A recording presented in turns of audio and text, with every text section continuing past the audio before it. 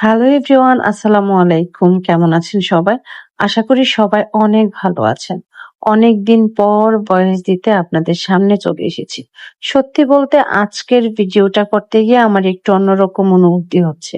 কারণ এতদিন পর আবার আপনাদের সাথে গল্প করতে বসেছি।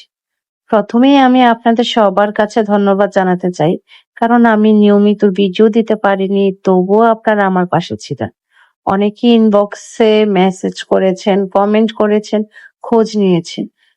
কেউ জিজ্ঞেস করেছেন আমি অসুস্থ কিনা, কেউ বলেছেন নতুন ভিডিওর জন্য অপেক্ষা করছেন। আপনাদের এই ভালোবাসা সত্যিই আমাকে অনেক বেশি অনুপ্রাণিত করেছে।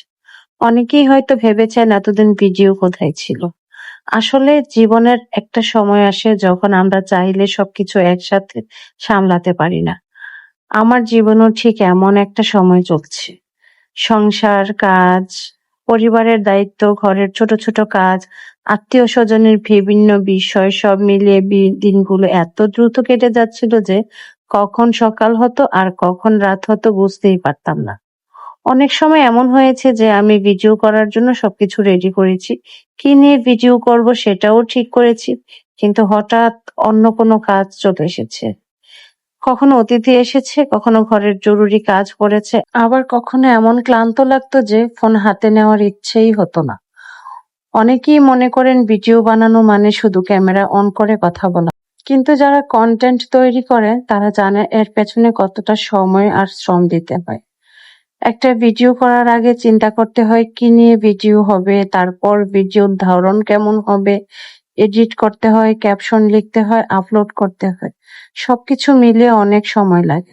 আর যখন জীবনের অন্য দায়িত্বগুলো বেড়ে যায়, তখন এই কাজগুলো করার জন্য আলাদা সময় বের করা সত্যিই কঠিন হয়ে যায়। তবে একটা কথা আমি সবসময় অনুভব করেছি, আমি যতই ব্যস্ত থাকি না কেন এই পেজটার কথা আমার সবসময় মনে পড়েছে।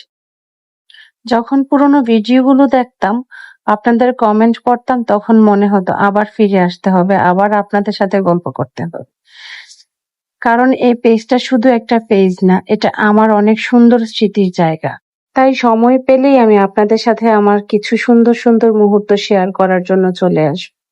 আজ এই পর্যন্ত।